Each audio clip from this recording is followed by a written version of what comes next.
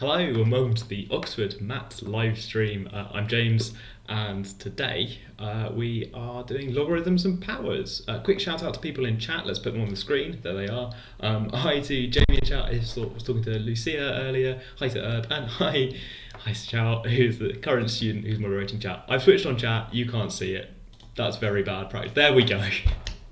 You don't know, but I pointed and clicked at just the right moment for it to appear on the little preview screen. There we go. It's not a live stream unless I have trouble with tech. Hi to other people who are just joining in chat now. If you want to join them in chat live, over at slido.com/matlive, or you can follow the link in the YouTube description, or you can go to the Mat Live website, which is on the screen, hopefully easy to type, and there's a link there to join chat. So hi to some anonymous people, and Felix and Yash, and some more anonymous people.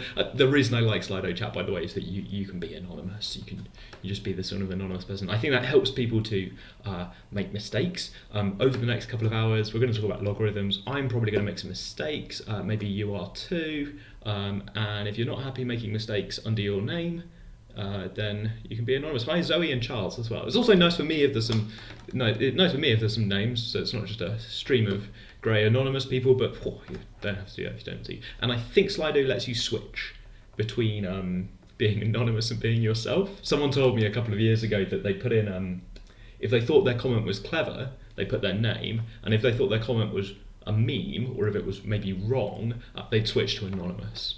Actually, I think maybe the memes should go, if you get thumbs ups, so if you want that credit, then you got to choose. We got questions. So hi Gabriel, hi Nav. Nav loves making mistakes. Brilliant. Mistakes make us stronger. Are the admissions processes black box? Is it like top secret CIA? I think I put quite a lot of information out there about how it works.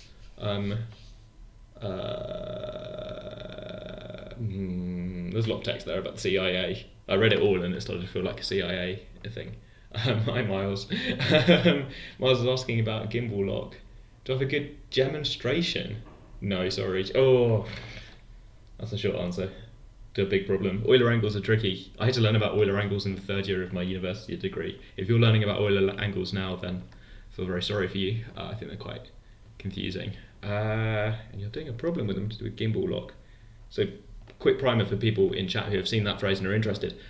Euler angles are a way of describing a 3D rotation. They're made up of, in three parts, a rotation. The order of the rotations is really important for Euler angles, but hey, in some order it's a rotation around the x-axis, the body y-axis, and then the body z-axis, like an object. Rotations in 3D are really, really complicated. Hi Patrick. Hello, James in chat, not me, another James, says they're not doing further maths. They regret it. My standard advice, you're up there. My standard advice is see if you can pick up some further maths between now and the start of university. Maybe that just means self-studying complex numbers. Maybe that means talking to your school or college and trying to see if they can help you with some further maths topics. If your school or college offers further maths. I say this because I think complex numbers are really cool, and that learning about complex numbers is a nice thing to do. Hi, who decides? We have admissions tutors. So really tutors working in admissions, which is a lot of the Oxford tutors who do the actual teaching on course are also in charge of making admissions decisions. So we have a team of not shadowy people, but by and large, you can imagine the people who are doing the teaching for tutorials on course are also usually the people involved in making admissions decisions. Not weird, but not shadowy, not the CIA. If the CIA are watching this, and I think they're watching everything, right? So if the CIA are watching this, then thanks, that counts as a view. Can I check the live stream on the last integration stream? Oh, right, sorry, I missed it. Look, Nav, I missed it. I'm putting, on my notes, I'm putting Nav. It's somewhere buried on, yeah, okay, so Nav, something like integration. Cool, right, I'll see. I think this is the case, and Nav can correct me if I'm wrong. I think this is the case that you can still see comments that you posted from the past, from last week and stuff. You can't see other people's comments from last week and stuff. I think that's the way it works. I do a sort of clear out in between live streams, but I think you can still see the things. Oh, Charles has got a new Rubik's Cube. Brilliant stuff. Okay. Miles wants to access a paper to get information about Euler angles. Miles, drop an email to the Mat Live. There's a contact email underneath. If you're looking at Euler angle resources, we can probably help you find some Euler angle resources. There's a comment on YouTube. On integration. I definitely replied to some comments on the integration video, maybe not all of them. Sorry if I've missed one of the comments.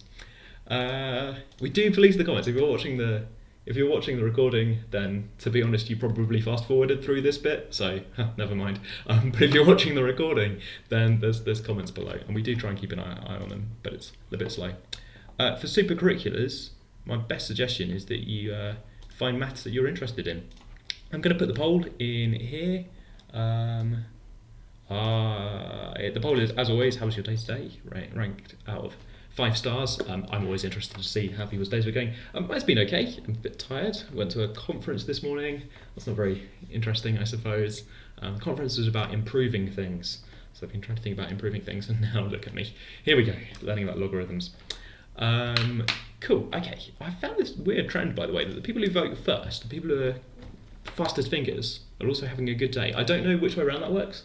I don't know whether having a good day improves your sort of reaction times when the poll appears in Slido, or maybe the other way round. Maybe seeing the poll quickly makes you so happy that... Anyway, people are talking about Blender in chat, and there's a really good comment.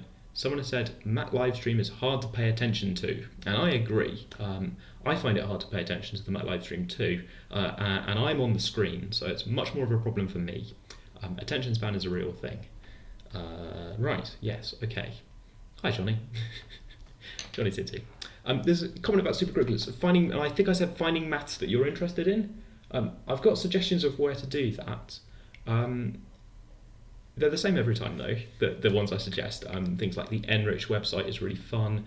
Plus magazine, Quanta magazine is really good. There is another live stream project that we did on this YouTube channel. We've got lots of random YouTube videos. Other YouTube channels are available, but hey, why not start with this YouTube channel? We've got other stuff. Can I tell you something you might be interested in? Yeah, okay. So you might be interested in the pigeonhole principle, or if you're not interested in the pigeonhole principle, you might be interested in complex numbers that are also, in some sense, prime numbers and complex numbers at the same time. And we've got videos on both of those on here. I should quit TikTok. Yeah, I sort of did quit TikTok. Where am I looking for the email, says Miles? In the YouTube description, or to be honest, if you're on basically any page on the undergraduate bit of the maths website, including the Mat Livestream page. On this page, there's a contact us button at the bottom. There are many ways to get in touch. Some of them get forwarded to me. Good, okay. Yeah, Nav seems quite worried for my health with the comment is, quit TikTok, it's ruining your brain. I think they mean my brain, but in particular, so, oops. Right, we've had a few votes in the poll. 5 has won, which I always like to see. Average is 4.1, it's pretty good. I'm always looking out for people who vote for 1 star. Having a terrible day. You're having a terrible day, and you're learning about logarithms. Causation or correlation? Let's find out. Good, okay. It's easier to admit that you're having a good day. The poll is super anonymous. Says anonymous. Like, it doesn't even, or if it does, I don't know how to get this data. It doesn't even give me your usernames that you've put in Slido. So I don't know which one voted for. And also I don't know who is, except I think I did meet at the open days last week. Anyway, right, good. The poll is really anonymous, but I do know what you mean. Okay, should we do some logarithms? That seems about right. Which is the bit where everyone who's fast forwarding sees that the screen changes and finds out about logarithms. My plan is to spend a bit of time revising logarithms. So chats, I can still see chat, but it's no longer on the screen. Bit of time revising logarithms, and then a bit of time doing some warm-up questions, and then I've got a bunch of short math questions that we can look at afterwards. We haven't talked very much about multiple choice questions yet on the stream, so I thought we'd do a bit of that today. Right. There are some really high-level comments in chat about 3D modelling. It's very tempting to just talk about 3D modelling instead, but 3D modelling is not on the MAT syllabus. What is on the MAT syllabus is laws of logarithms and exponentials. I'm reading this bit at the top, and the solution of the equation a to the x equals b, which clue you're going to do that using logarithms. For those laws of logarithms and exponentials, I've tried to spell out in the revision section here what those are and how they work. It's possible to derive a few more. You can sort of combine these together to invent new rules yourself, and I encourage you to do that kind of messing around with the laws of logarithms and exponentials. Sometimes it can feel like the things you've invented, you need to memorize those as well, and I would back yourself to be able to juggle around with what you know to use it in unfamiliar situations. I'm trying to say that I don't need you to memorize a huge amount of things. Some of these things are a little bit related together. Okay.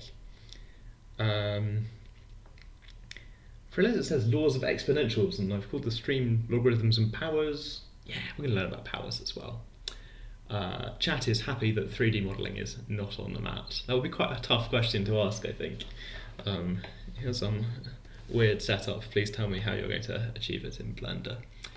I had a really good point to make about logarithms, but it's completely gone out of my head. So that's a shame, isn't it? I love logarithms. I think they're really good. We're going to do a lot of fun stuff with them. Oh, I was going to explain what's on screen. If this is your first time watching, then hey, there's a bunch of 3 or 4 previous episodes. This is in sequence. On screen is a worksheet, which I'm going to scroll up and down. It's got several sections in. I just mentioned what's coming up. If you want to get a copy of it so that you can follow along, that's on the MAT Live website. So on /r/MATLive on the maths.ox.uk website, you can download the worksheets. We are posting them 1 a week.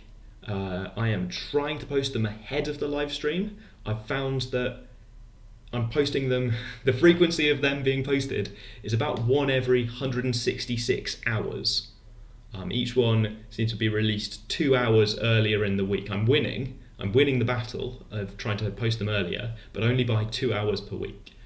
So in about five weeks, there's going to be this horrible bit where I'm posting them in the middle of the night.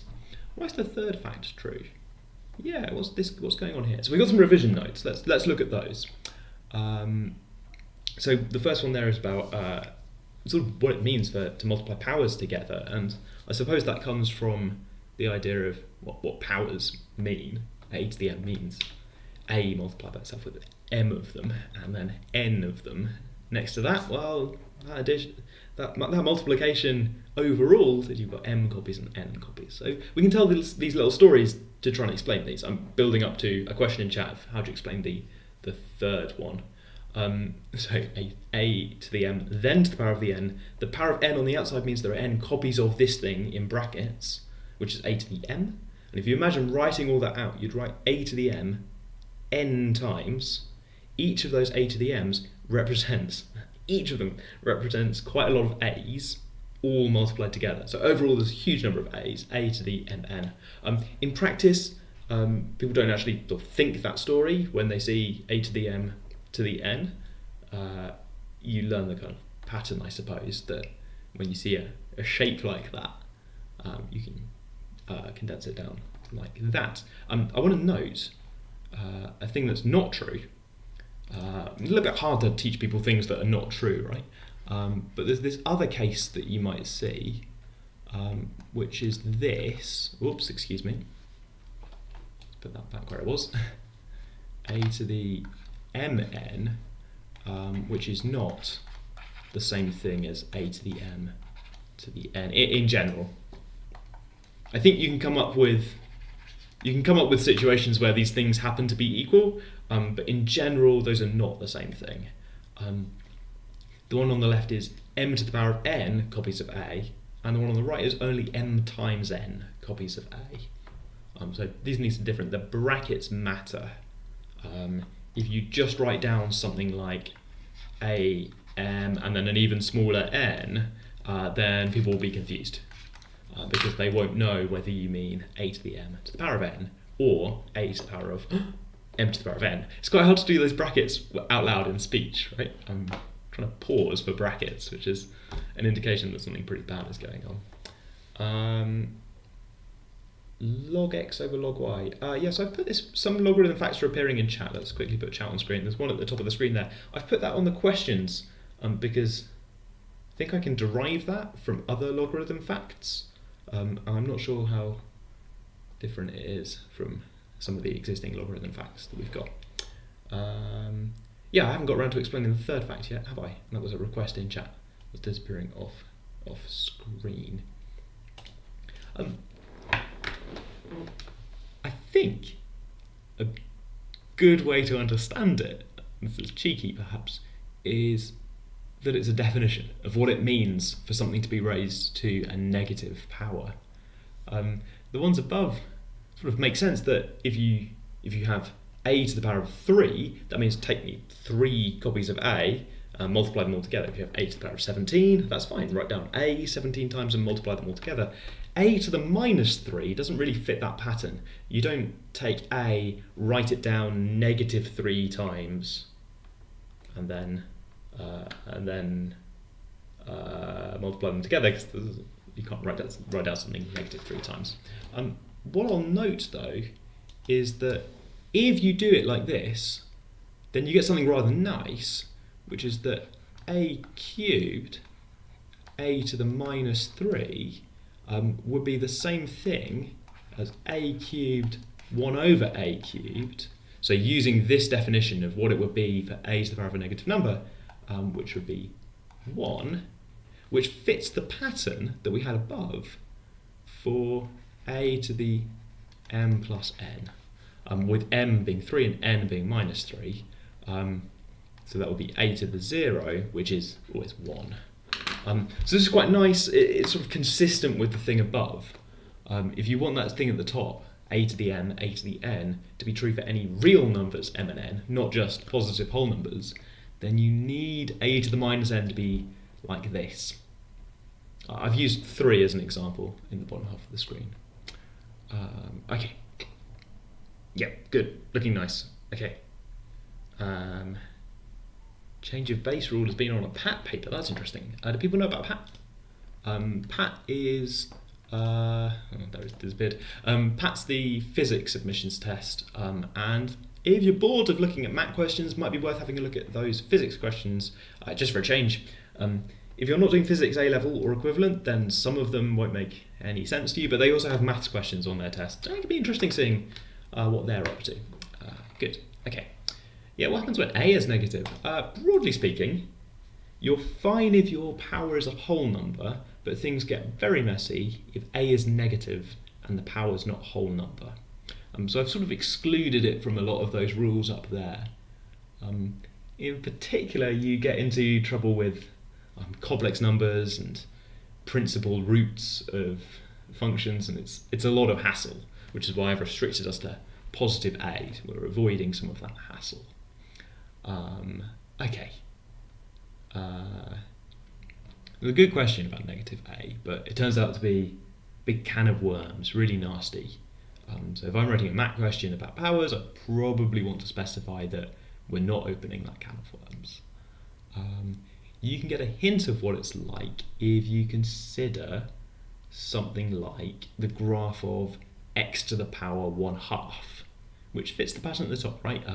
Instead of a, I'm saying x, and instead of m, I'm saying 1/2. But if you think about the graph of x to the 1/2, that's square root, then you have this kind of shape like that, where it starts very sharp, very steep, and levels off, and you don't draw anything on the left.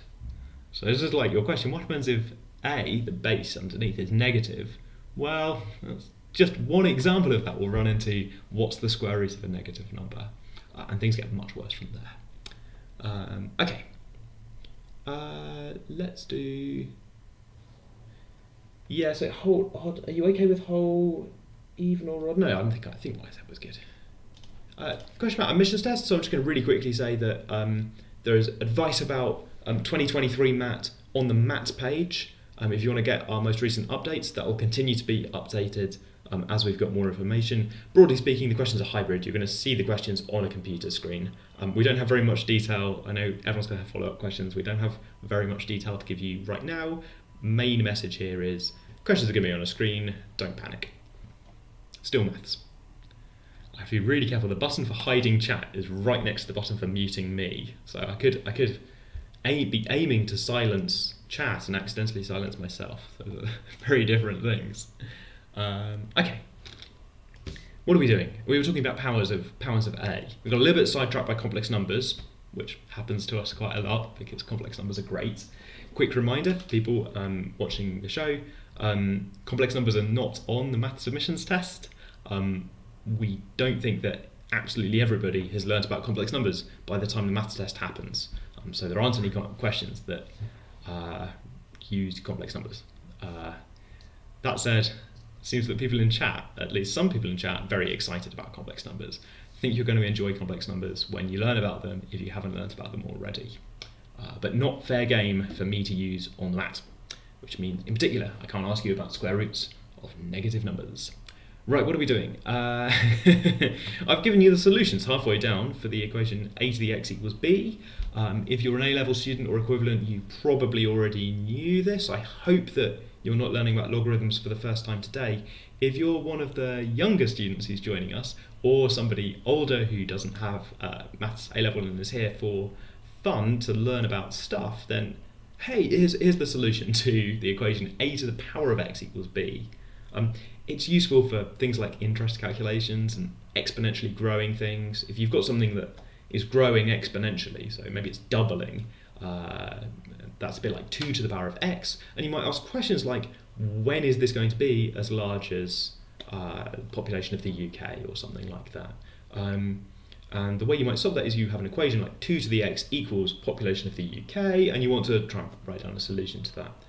Just sort of hypothetical example of something growing exponential where it's important to be able to solve that equation. If you're interested in such a thing. Logarithms. Okay. You write them with this base, which is a little bit of a school thing, really, I think. We'll see down in the questions later on, but by a certain point, if you keep doing maths and you maybe study maths at university, there's this point at which people start to write, chat's come back. There's this point at which you start to write things like log, so you've currently got log ax, and you currently write lnx for your natural logarithms. And there's this point at roughly university, for me at least, where people stopped writing this one at all and started writing log for this one. Which can be really confusing, right? That the matching happens this way and not that way. But that seems to be the notation that people are using. I suppose this one is really good. It's got some nice properties. We're going to see later that it's just as useful as all of these. And it's hard to pronounce. So I think that genuinely might be the reason why people transition towards just using this one and then start writing it like this and calling it log, because it's really hard to pronounce lun. Right, okay. Has somebody in username somebody in chat's taken the username lumberjack, which is pretty good for the logarithms. I think it is a joke. Okay, chat, just to give you a sample of the sort of chat that I can see that is not currently distracting you but is distracting me. Thanks, chat. No, you're great. Right. Okay. Because of that equation, a to the x equals b, that defines logarithms, we can write down particular values of logarithms based on our knowledge of when we can solve that equation. So there's this sort of special case. Log base a of a is 1 because I know that the solution of a to the x equals a is the number 1. That's the number that you should raise a to if you want to make a. You should do a to the power of 1. Similarly, I know the answer to a to the x equals 1. I know that if you want to raise a to the power of something and get 1, you're supposed to raise it to the power of 0. That's a long-winded way to say that log base a of 1 is equal to 0. Okay.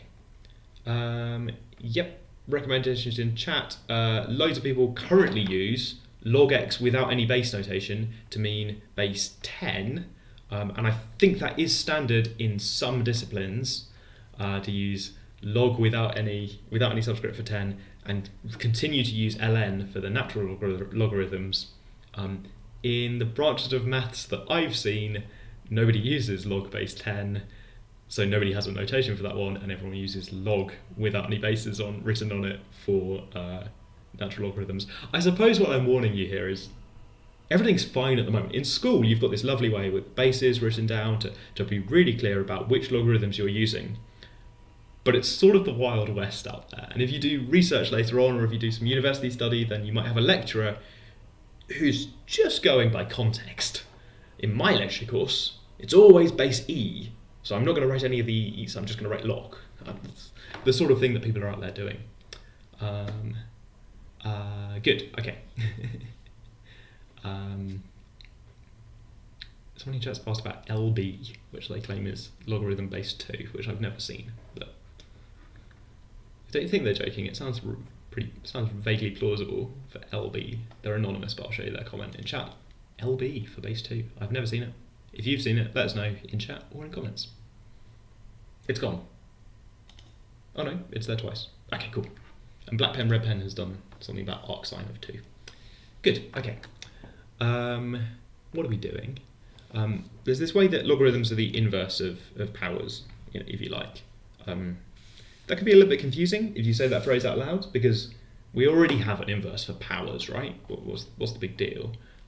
We have this inverse for powers that looks like how if you have x cubed, then the inverse is like y to the 1/3 is equal to x. We already have this way of inverting powers. The trick is that logarithms are a way to invert a power where you're thinking about the power as the input.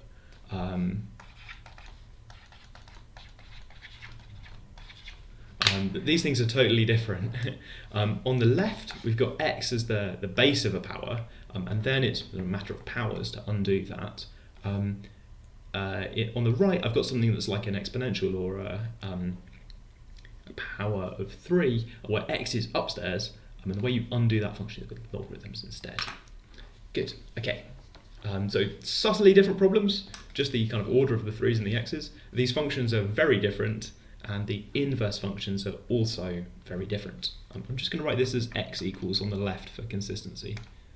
Sorry if that was annoying anybody. Okay, nice. Y equals x cubed, here's the inverse. Y equals 3 to the x, here's the inverse. We've got functions for both of these. I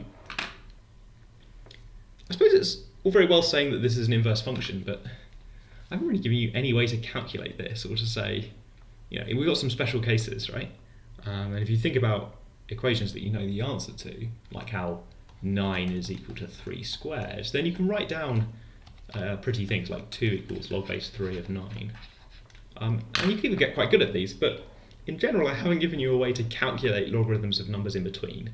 And I think at school you don't really learn any methods at all for having a number for how big log base 3 of 8 is, other than saying, well, logarithm, that's an increasing function, so log base 3 of 8 is less than log base 3 of 9, which is 2. But I don't think you learn any techniques for saying how much less it is. Correct me if I'm wrong, but I don't think you really learn how to actually evaluate this. I mean, your calculator has some magical logarithm button that just knows, so if you had a calculator, you could ask your calculator how big this thing is. Now, how does it know? And also, no calculators for maths. Okay, I've mentioned ln, natural logarithm, already, because it's my favourite. That uses the base e, which is a number that's about 2.7. When I was writing these notes, it was very tempting to put more digits of e, to say, as a joke, right? To say, it's roughly 2.7, and then put like 50 digits in. But I didn't want anyone to think that they had to know that. So then I thought about putting it's about 3, but that's really vague. So I've tried to strike this compromise between what I expect you to know and actually telling you something useful. E is actually a bit less than 3, isn't it? Good stuff. First draft of these, 50 digits, too scary. ECX has got a special name, it's called the exponential function, and its inverse, the logarithm function, has got a special name, it's the natural logarithm. You can do all the stuff that we were doing with base A using base E, if you really like, in which case things are nice, base E. It's just a good base. Good, okay. In chat, people are talking about ways to evaluate a logarithm. Their plan is to use maybe a Taylor series, which is not bad actually. I think there's some subtlety to that method. There's probably a bad way to do a Taylor series. Doing a Taylor series about 9, expanding around 9 is probably not a good idea. There's some subtleties there. I think I'm probably not going to go into it now. I've said Taylor series, which I slightly regret. Used a Taylor series as well, so we share this. Perhaps slight guilt. Taylor series are not on the MAT syllabus, so I'm not supposed to be talking about them on this show. A Taylor series is sort of polynomial approximation. You learn about them in some point in A-level or equivalent. It's a way of approximating a complicated curve with a complicated polynomial. So, up to you. Someone has dropped it. It says, what is Taylor series? I'll show you one. We've got a tiny bit of time here. We don't have much time at all, but I will show you one. Let's do one. So Taylor series works like this. E to the x, you know that when x is small, perhaps, so when x is 0, small I mean close to 0, ECX is about 1. That's pretty good. That's actually a really good approximation. When x is small, it's about 1, so whenever you see an ECX, you can just replace it with 1. You can make that better though, if you remember that ECX has some gradient. Now, we talked about differentiation a while ago. Differentiation gives you the gradient, and the derivative of e to the x is e to the x, which when x is small, you're allowed to replace that e to the x with a 1. Long-winded way of saying the gradient of e to the x is also 1 at 0. So a kind of tangent to e to the x would be this line. This line has got the right value at 0, and it's got the right derivative at 0. So this is quite a good approximation for e to the x when x is small. Just replace it with a linear function. It's one of the nice things about tangents. The tangent, because it's got the same value and the same gradient, it's actually quite near the curve. So it's a good approximation. The nice thing is that you can keep doing this. If you're willing to work out more derivatives of e to the x, which is not that hard, and you're willing to compare them to polynomials, which is a bit hard, then you can carry on working out stuff. The other terms turn out to be absolutely beautiful, and you get this brilliant expansion like this, and you can keep going, and it gets better and better the more terms you put in. If you've never seen this before, then hey, it's a way to approximate e to the x with a polynomial. Give it a go. Throw in Desmos. Throw in some of these things on the right hand side in Desmos. See what it looks like. It's kind of good, but not incredible. Other things are working. X really does need to be a small number. Okay, good. Good. And I think I've done a Maclaurin series, not a Taylor series, but there's very little difference in my opinion. So I think I'm okay. Okay. You can think of it as approximation with sort of like tangent, and then this bit here is like a very good quadratic. Technically you don't know the phrase radius of curvature, but it's a quadratic that's chosen to have the same radius of curvature. But never mind. Right, okay. What are we doing? I think it's time to look at some revision questions. That was a Maclaurin series. Sorry, chat is calling me out, and correctly calling me out as not doing a properly general Taylor series at a general point. Sorry. Erba said shouty numbers, which makes me think that I'm shouting. Sorry, Erb. If you're am I peaking levels too much? Ooh, audio. Good. Let's do some questions. So the deal here is I've got far too many questions. I've got, let's see, is it 19 of them? Yeah, 19 questions on the revision sheet, which is too many for us to do live. The way we choose is that people watching live get to choose some questions that we should do, and there is a poll for this. So people in chat can vote for which questions they would like to do. I'll put the vote on screen in a mo. I'm also going to scroll up and down a little bit so that if you don't have a copy of the question separately, you can see what they are. So we're looking at the last 9 at the moment. We've got some picks about 1 to the x and 0 to the x. We've got some picks about log of x, which is a fun function. There's some questions that are about these capital N's that are in the screenshot for the thumbnail for this YouTube video. So counts as clickbait if we don't talk about question 15. Your choice whether or not this video is a horrendous lie. If I scroll up a bit, I've got some questions that are slightly more introductory at the top. So if you want to talk about these things at the top, then I'm happy to do so, but I'm hoping that some of them are a little bit standard. Simplifying logarithms, there's some rules about how you can join them together, which I realise I haven't said out loud. Are they in the revision thing? Yeah, I totally skipped the log x plus log y. That's really rude of me. It's a very good fact. It's the logarithm of the very first line in the revision notes was this thing about powers adding together. There's a logarithm version of that. Take logarithms of both sides and you get, right, well anyway, okay. People are voting at the moment. Let's have a quick look at the votes and see if that influences things or not. Votes are on screen at the moment. People are voting for the question that's in the thumbnail, so that's lovely. I suppose there might be some people who clicked on this video because of the thumbnail and you actually genuinely want to see the answer to that question. It's not even a question on the thumbnail. You just thought it was intriguing. If you've been brought here by the YouTube algorithm and you've stuck around for the first half an hour, then hi, welcome to the channel.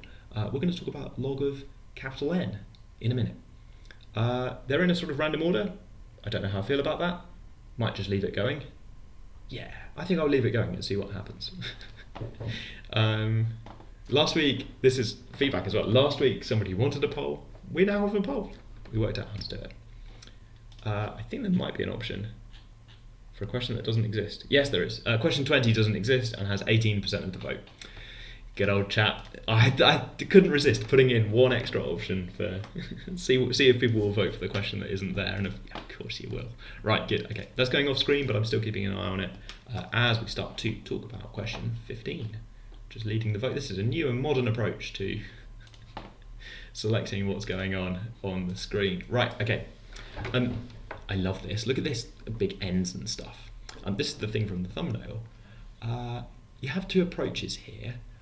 One of them is to use the fact that k log x, and I'm going to skip all of my bases. Let's put no, that'll annoy everyone. I'm going to write in all of my bases, or I'll write ln. You can use the fact that this is ln of x to the k. If you've seen this rule before but never really understood it, you might like to wonder about why it's true, like what's it trying to solve, what's going on. But we're just going to use it for this one. This is one approach. On the right hand side, this includes the case. So your strategy could be, I'll take the right hand side, I'll work out 1 over this, and I'll simplify that fraction. I'll do something really clever to that fraction, and to try and prove that it's n plus root n squared plus minus 1. That's one option.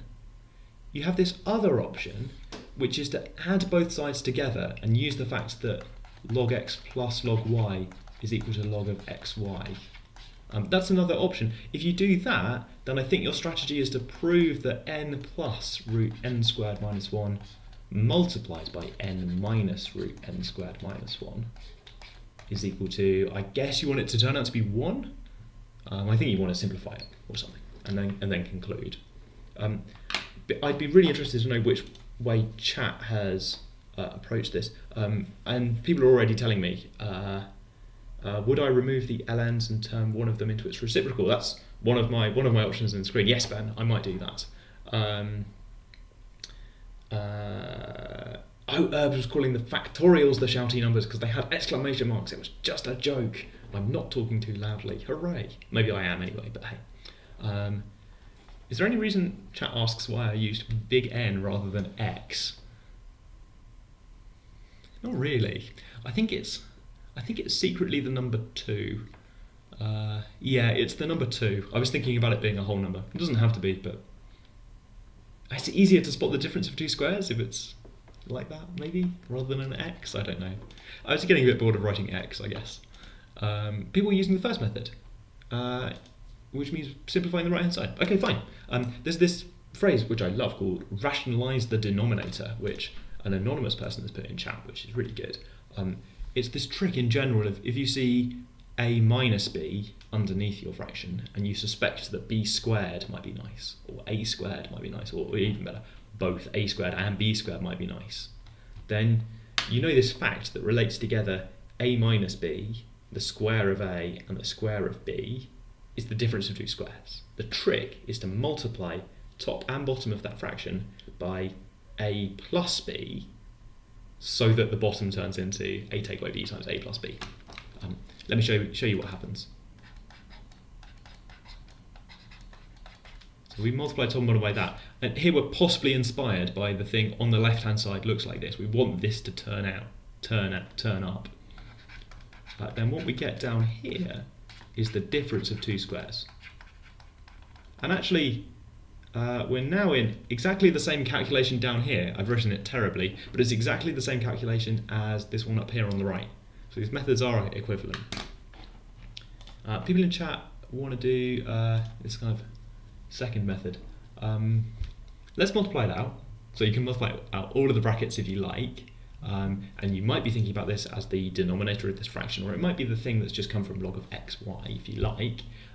But difference of the 2 squares says that you get n squared take away n squared minus 1, because it's a squared minus b squared. Oh, that's not too bad at all, right? Because the n squares cancel, and minus is a plus. You just get 1. So this is super nice. This says that those things simplify together, and you just get ln of 1, which is 0. Which means that, okay, for the left-hand side plus the right-hand side, or okay, we get 0, so everything goes together. Okay, one more explanation for option 1. I like it when people in chat request say it again, because easy for me to do. On the left, we've got this method which involves analysing the right-hand side. So you look right at the top of the screen. On the right-hand side, there's this minus sign in front of a logarithm, and some people are really happy to spot anything that looks like number multiplied by a logarithm. In this case, it's minus 1 times the logarithm. The thing that they want to do is to bring that inside the logarithm. We're trying to compare 2 things, and if we have both of them saying logarithm equals logarithm of the thing, then that'd be easier to compare. So if we could get rid of that minus sign by moving it inside, then things would be good. When you move it inside, it becomes a power on the expression inside, using this rule at the top. And a power of minus 1 means 1 over x. So I've written out 1 over the thing inside the brackets, and then we're trying to simplify it. The trick for simplifying it is a bit of a trick, but it's a kind of general trick that you might enjoy. In general, if you've got something like 1 minus 2 take away the square root of 3, then you can do this sort of method to do something that makes the denominator of the fraction nicer at the cost of making the numerator worse, which gives you this way to kind of play around with these fractions that involve square roots. I've seen this trick before, which is why I think it's not something you might have seen. If you're seeing it for the first time, then hey, it's another example of how great the difference of 2 squares is. Okay. Not as bad. Good. Okay. This was, by the way, included as a sort of follow-up to the previous question. People have voted for 14, but it's a bit down the list, so I'm not certain if we're going to do it. Question 14 gets you to solve an expression. I don't expect you to know this, but the function on the left-hand side there, e to the x plus e to the minus x, it's a really important function. Don't expect you to know that, but the important thing here is we can recognise, for question 14, recognise that as a quadratic, solve it, and you get this kind of logarithm that looks like this. Which reveals that your maybe slightly messy solution you get for question 14 has this slightly nicer way that it can be written by playing around with the minus signs a little bit. Bring minus signs out the front. Okay, good. Is it 4 minus 3? Yep, thanks chat. Welcome to the maths. Welcome to the maths. I did foreshadow it 45 minutes ago. Welcome to the Oxford MAT Livestream, where I can't get 3s and 1s the right way around. The thing is, I knew there was a 3, so I wrote 1 so that I would get the 3. Thinking less about being correct and more about being what I expected it to be. There's something there. Something is a learning experience, right? You make a mistake. I was so certain that a 3 should appear that I put it in the answer.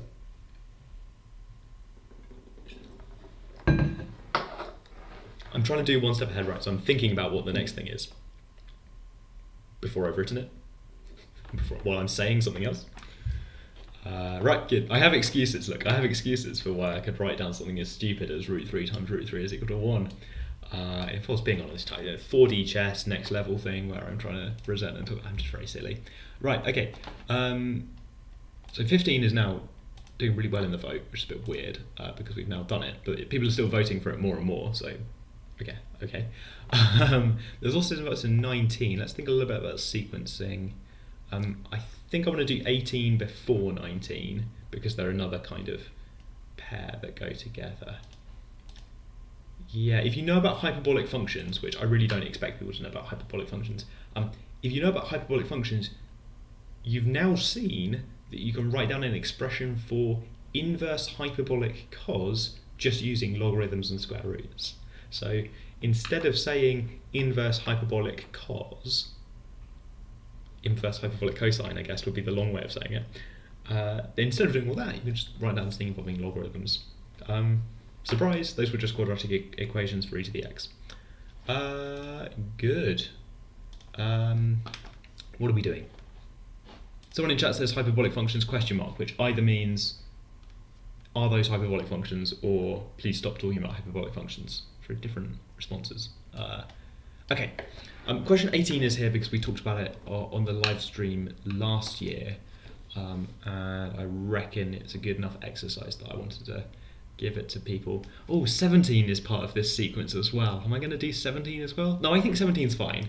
17's fine, right? It's a little bit of a trick that the powers are written this way round, when really a good way to approach it is kind of like this. So it's this thing times this thing, because then you stand a chance of spotting that that is a to the mn, where that first thing is m and the next thing is n. Oh, not n. Got to literally write k while saying n. Okay, and then this thing inside the brackets is just b. So it's not too bad at all. I'm at 17. In 18, we take a slightly more complicated thing, which is a to the power of log base a of b, log base b of c. There's this kind of chain here, a downstairs b, and then b downstairs c, and they kind of stick together. We're going to see this way to chomp them, multiply them together like fractions, but don't investigate that too much because it's not really what's going on. My mental model is that the b upstairs and the b downstairs sort of cancel, but that's a very sort of misleading thing to think, really. Okay, so step 1, I can simplify this a to the power of log base ab as a b, and step 2, I can simplify it further because this is b to the power of log base b of c, which is just c. Okay, so we've got this complicated object, but we now know that if you do a to the power of that, then you get c. But that's just what it means to be log base a of c. The number that you should raise a to the power of in order to get c. I quite like this method, by the way. If you want to show that something is equal to a logarithm, it's a good idea to think about that powers problem. A logarithm is a solution to a question. If you can find the question, then maybe you know the answer for a different reason, in which case you can pair it up. Here, I wrote down, I suppose, the question, log base a to c is the solution to like this equation. So we've got this equation. Write out the question, and then the solution is, well, okay, I know the solution. The solution is just logarithms. All matches up. Where does the a to the log a be? So in question 18 down here, I'm using the fact that this is a to the mn, which you can write as a to the m, close bracket, to the n, and simplifying the fact that a to the log base a of b is just b. Just to analyse that one more step for anybody who needs it, because that's what logarithms do.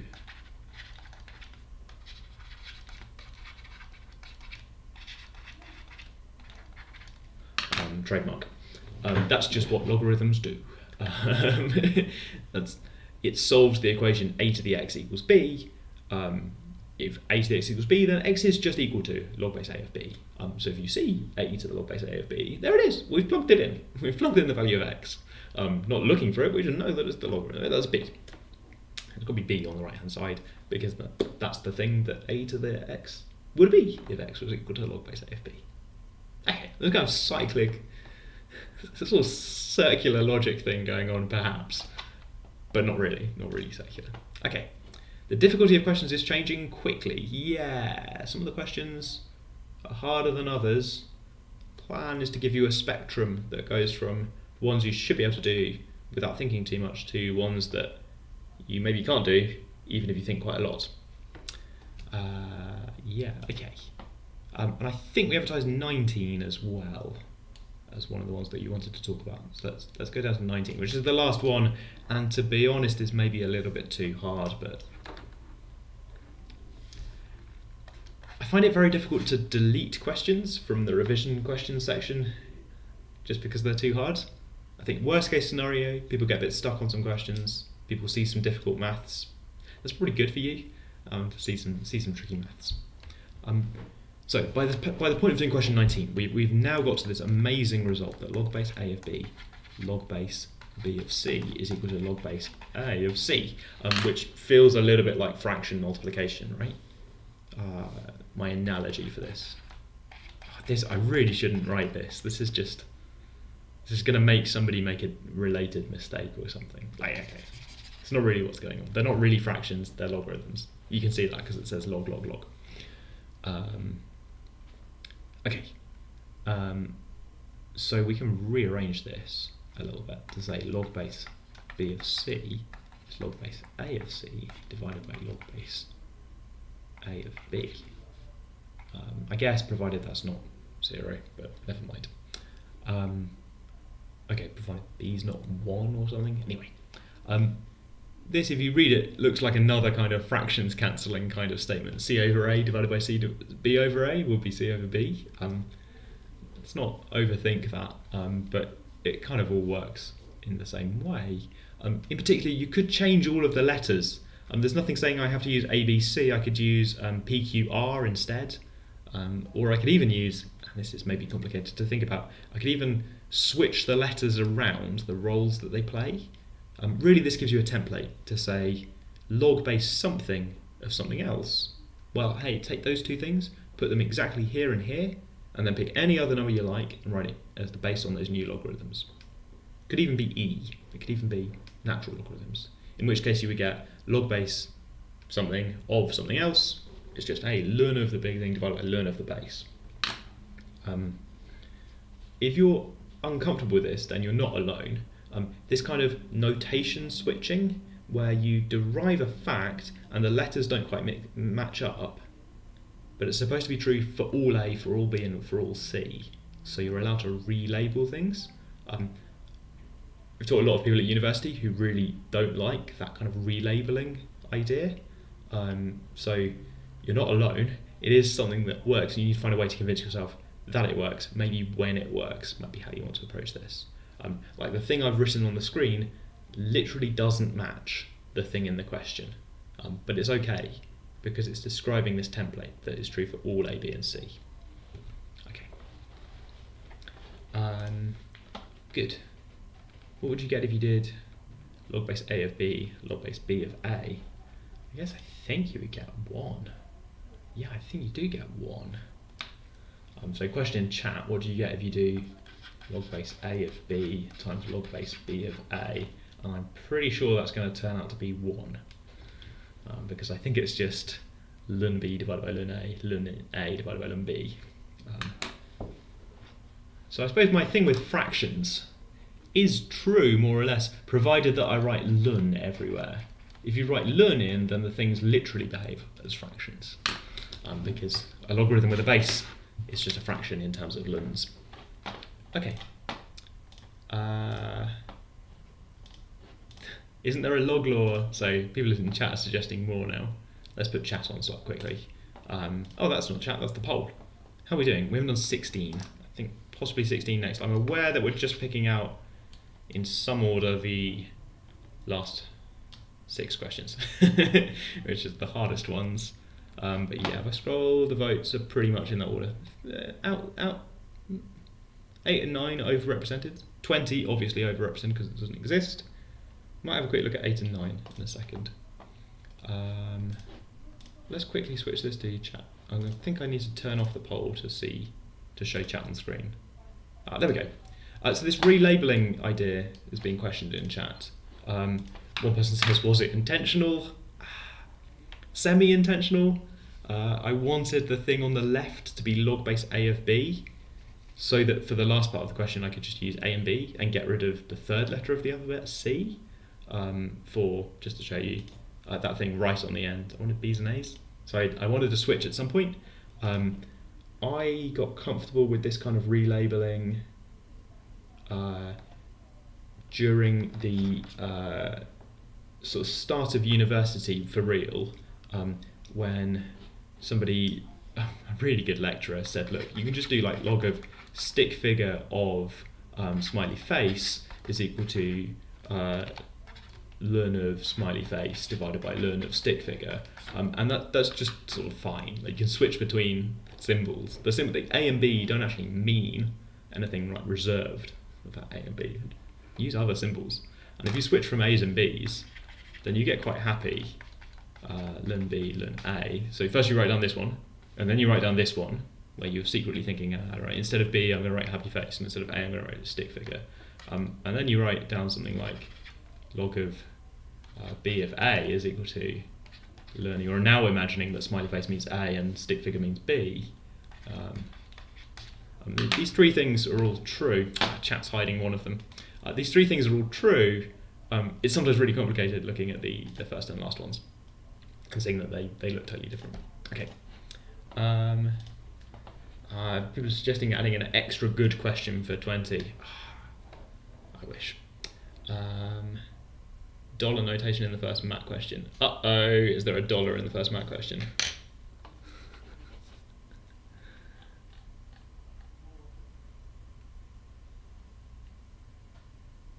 If there's a dollar on the website, that is my fault. Right, we will get there. Typos on the website occur independent of typos on the screen, and it's because the website needs slightly different formatting. If I want to enter maths mode, I have to type a dollar symbol, and sometimes some of the dollars make it into publication. Okay, got some logarithms. We're about to hit 6 o'clock. I think I want to do a couple more really quickly. Yeah, okay, so there's some requests for 8 and 9 that I was interested in. 8 is about rewriting those things, realising that log of 1 over 10 is minus log of 10, and log of 10 itself is log of 2 plus log of 5.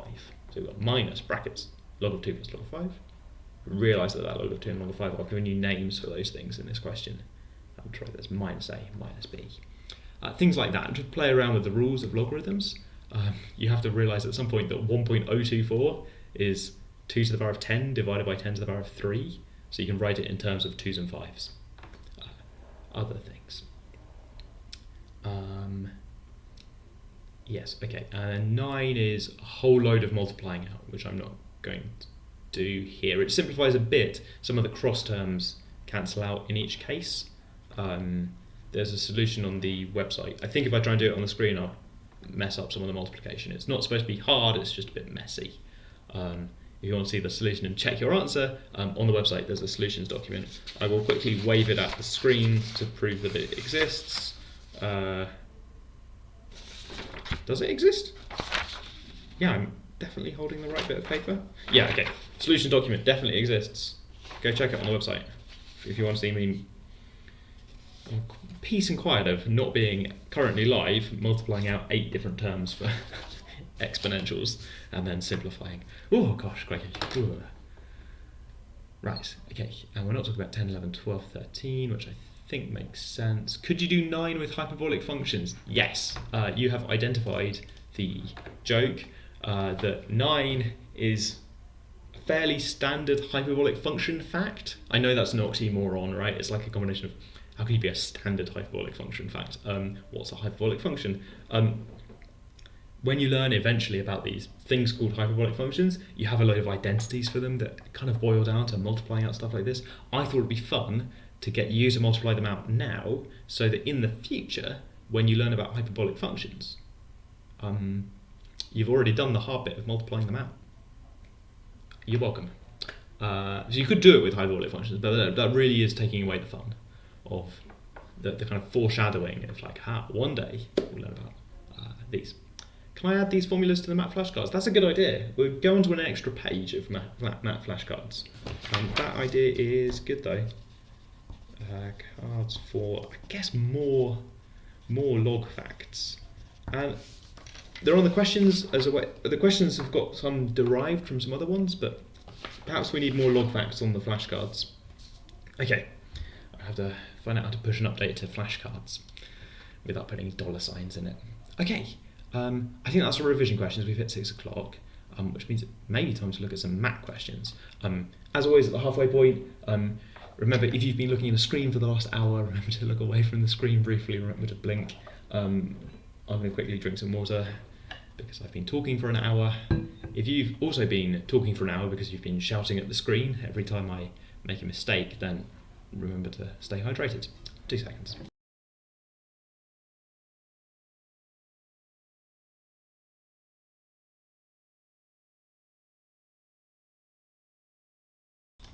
Now that time I remembered to mute so that you don't get my drinking noises. Right, okay.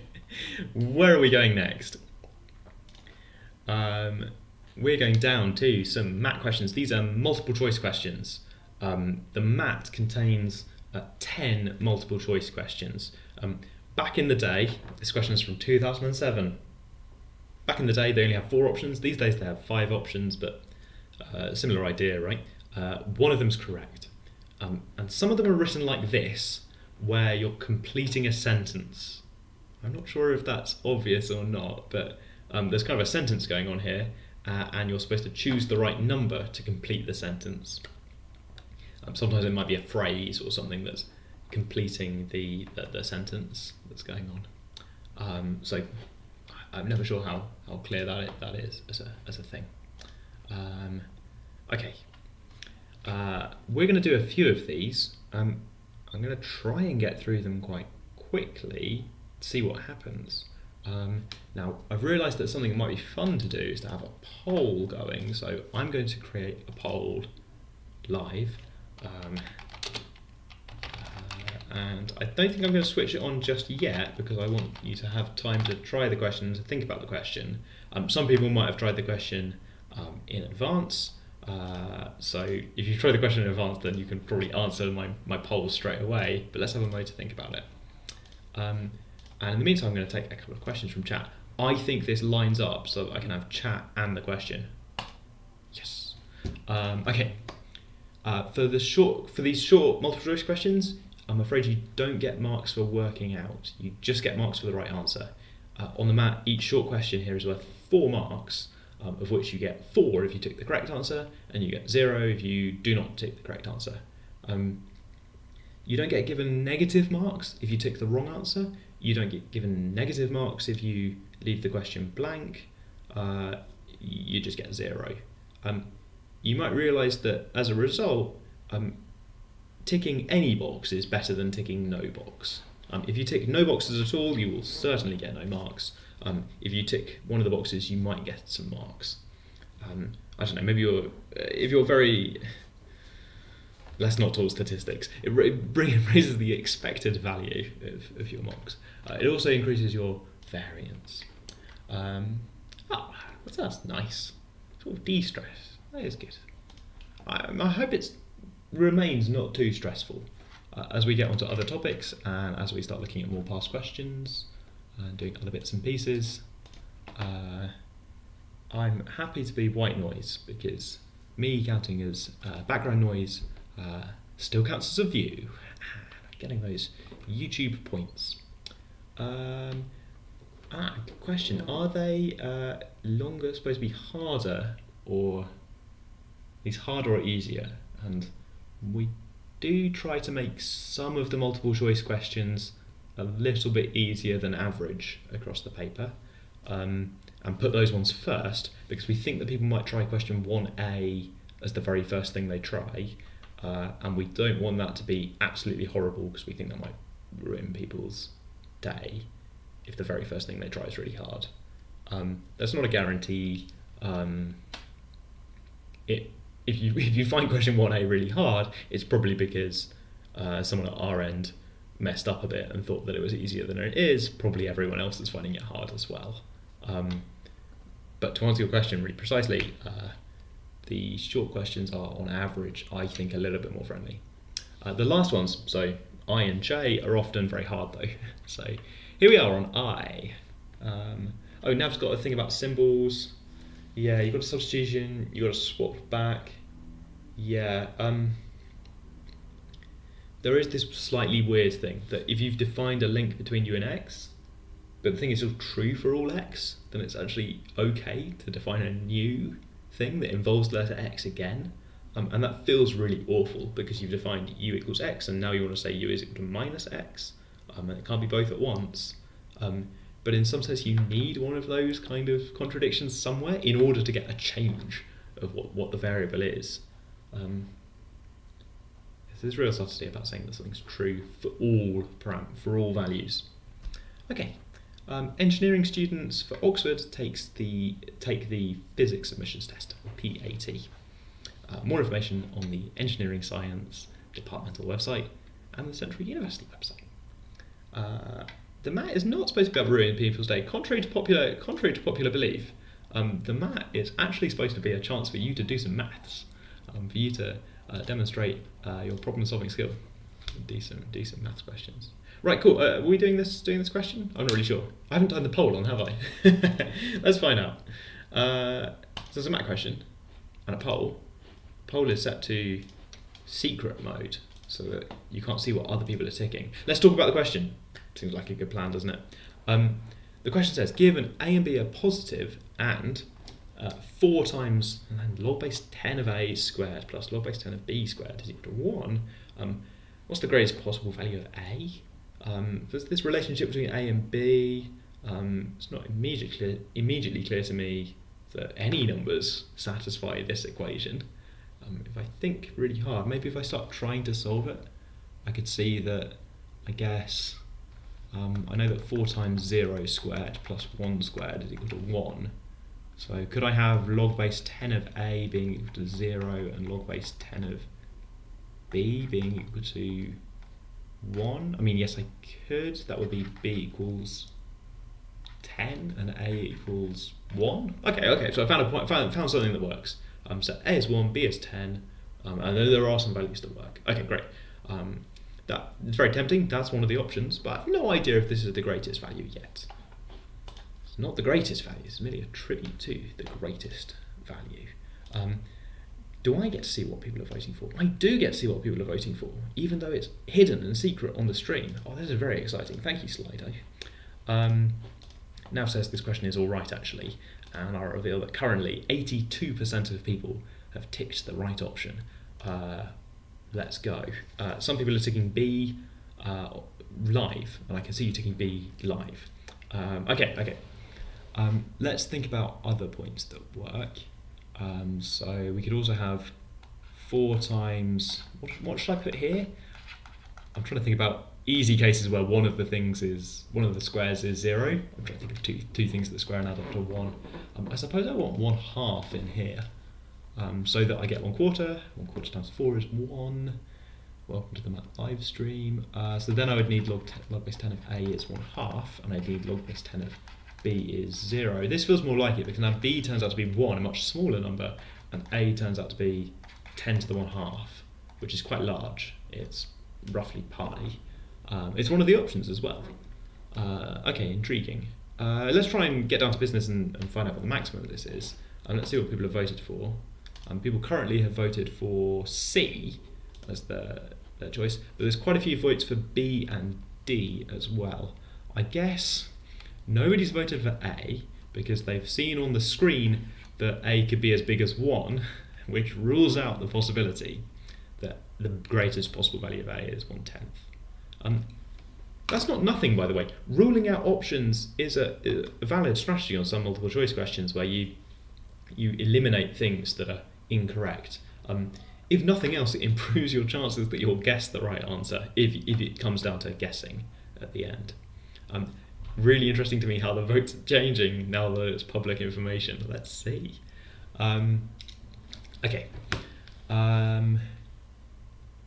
People then saw, I suppose, that root 10 was possible on screen, live in this stream. That one's a little bit harder to find. You've got to guess that you want this thing to be 1/2 rather than, it's not as big as 1, it's 1/2.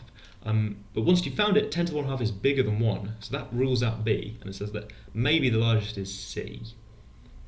Or maybe it's D. Goodness me, how big is D? D is huge, right? Root 2 is a bit bigger than 1, so that number over there is bigger than 10.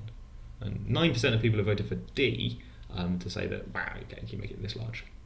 Now I wonder whether they're solving the equation here differently from me, or I wonder if they genuinely believe it could be as big as 10 to the root 2. Anyway, let's actually do the question. I've been sort of messing around, finding some examples. That's given us some information, but we should actually try and do the question. I'm going to turn the poll off and have a look at. Have we got any suggestions in chat about how to do this? No, nobody's. But lots of people voted in the poll, so I think people have had a go at it now. One idea is that you can do something like this to write it out like this, with x representing log base 10 of A and y representing log base 10 of B, and then it's not actually that hard to rearrange that for log base 10 of A, which is the thing that I want. You get something like x is plus or minus the square root of 1 minus y squared over 4. That's very dangerous. I've tried to do 3 steps of algebra all at once. I think I've pulled it off. Yeah, okay. And then I suppose the realization is that you can make that large by taking the plus sign as your choice of what you're doing. I've clicked on something very strange just off screen. Take the plus sign to make x a very large number, and also to just sort of try and get rid of this y squared. It's being subtracted, it's a downer, it's bringing us to smaller values of x. Like, I don't really want that. And the way you could get rid of it to make it not really, make this thing on the right really large, is if y squared was just 0, like, subtract nothing, please. Leave that 1, subtract nothing, which is precisely this case up here, if y is 0. So this is actually a little justification that this calculation we did over here actually gives us the biggest possible value of A, because it corresponds to taking the positive square root and making y be 0. Okay. Something to think about there about the plus or minus sign. I guess I could have written plus or minus 1/2 over here. There's the plus or minus sign. And I'd be interested to know in chat about whether people went straight for trying to solve it to try and rearrange it like this, or whether people messed around with it a little bit first. I'm kind of a fan of the messing around approach, but I think I'd be surprised if chat in general is a fan of the messing around approach. I've clicked on something really odd again. I think I'm back. Yeah, we're good. Okay, what does this say? If you take logs of both sides, unfortunately you can't do your logs separately like that. Let's put another fact that's not quite true. I think you want to do something like this, or you want an identity that does something like this. And wait, am I being stupid? The squares are bad, that's what I think. Am I being really stupid? Yeah, the message in chat was take logarithms of both sides, and that scares me because this is log of x plus y, which is nothing in particular. There isn't a nice expression for the right hand side in terms of you want it to be log x plus log y or something, but it's not. That's reserved for log of x times y. There isn't really a corresponding thing. I think rearranging is the right way to go. Oh, thinking about log graphs, that's a nice idea. We haven't drawn this log graph, have we? Oh, it's an increasing function. Very nice. We did curve sketching before, and I've missed an opportunity to tell you about the graph of log of x, marking in some maybe key points. This is sort of like it flattens out in the same way that an exponential graph gets really steep. It's a mirror image of an exponential graph. Maybe that's not worth knowing or worrying about too much. But when you draw an exponential graph, you draw a very similar kind of thing, except for the exponential is getting steeper here. If I'm drawing it sideways, and it flattens out, getting flat instead of tall. Okay, so increasing function, so pretty good. If you want to make this value large, then you're making the output large as well. Those things happen together. Okay, suggestion in chat. Right, okay, as a way to rearrange it. Oh, there's something like this, isn't there? To bring it in terms of a pair of logarithms. I'm not quite sure it works like that because I'm worried that the square's not really playing nicely here. We've kind of got this. So I'll let you bring that 4 inside if you like to make it an a to the 4 over here, but I'm not going to let you put it on both, and I'm not really keen on combining these together. I don't have an expression that involves log x, log y with the same base. If they've got different bases, we can play games, maybe join them together, but if they've got the same base, then I don't really have an expression for that either. I guess it would be nice if log of x plus y was equal, if these two things that I don't have expressions for, if they were equal to each other, that'd be really nice. Unfortunately, it's not the case. Yeah, no, it's not, sorry. Looks really weird if you change a and b to x and y and plot it on Desmos. Oh yeah, that'll look really weird. We kind of broke Desmos last week, so I'm not going to break Desmos again, but I believe you, Herb, that throwing x's and y's into this. And Sigmund, I've missed your comment, sorry. Can you also work out that this should ideally be 0 as it's always positive?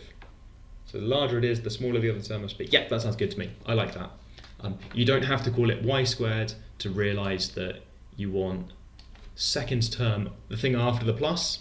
I'm calling it y squared. You can keep it as log 10b squared. You want it small, so that log 10a can get nice and large.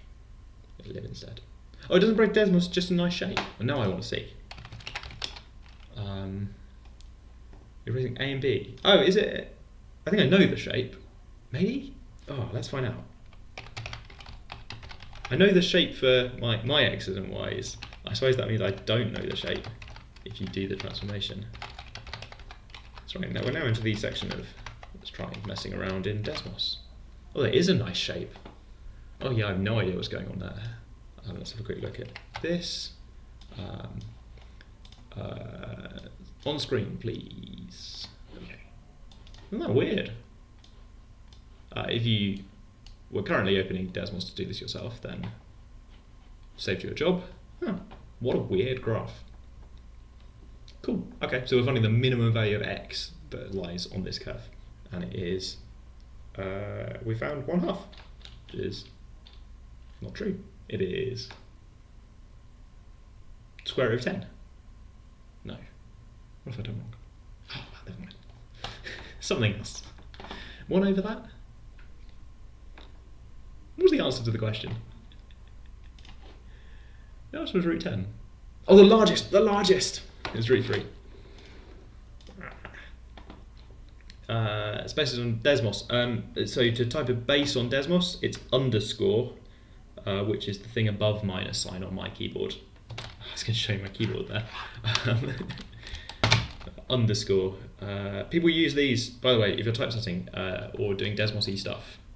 Side note, because I'm getting distracted. There's a thing on my keyboard. It's above the 6 key. Use that one for powers. And there's a thing over slightly to the right, which looks like a longer minus sign, which is an underscore, and you use that for subscripts. And that works in Desmos and some other places as well. Good, right, there's a picture of my keyboard, which is somehow even more embarrassing than showing you my keyboard. So try and draw it on the screen. Right, professional live stream at all times. Okay, we've now got a question that's so wide I'm going to switch off chat for a little bit, but I will run a poll again in the background. Reset and run. Yes, good. Okay, there we go. We've got a new poll for a new question. So this one says, which is the smallest of these values?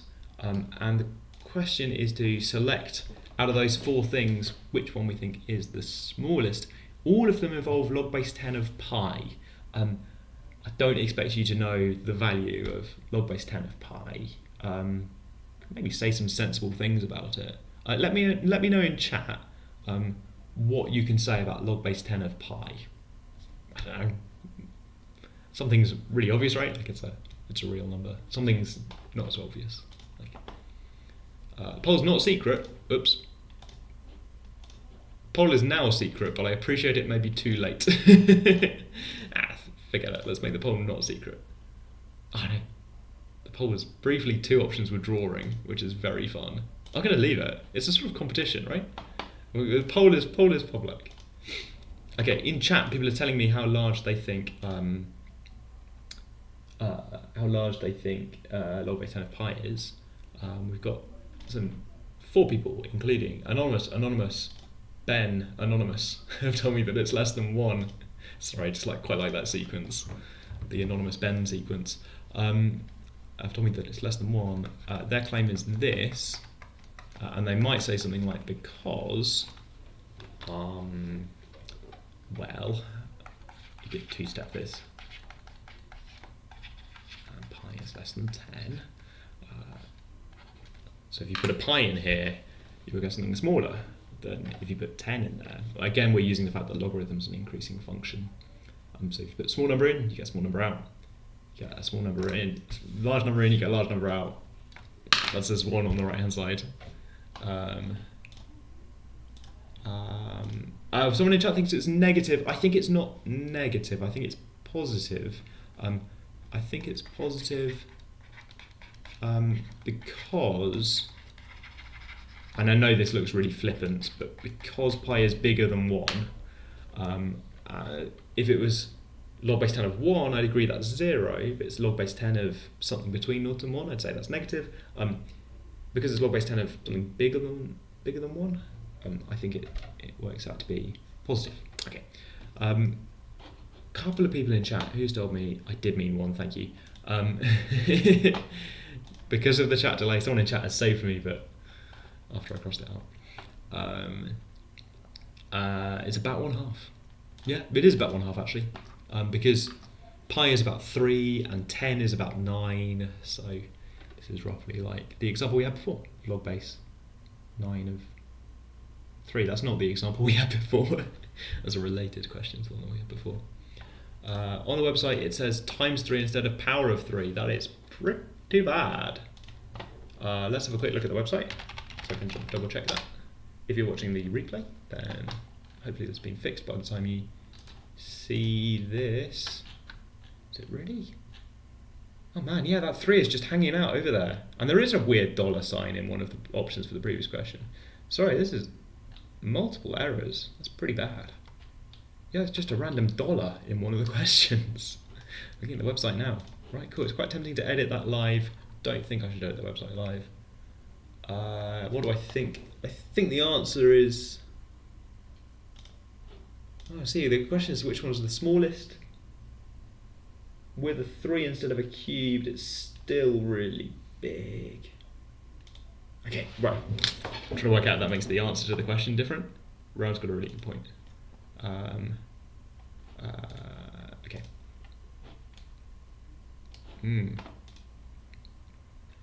Right.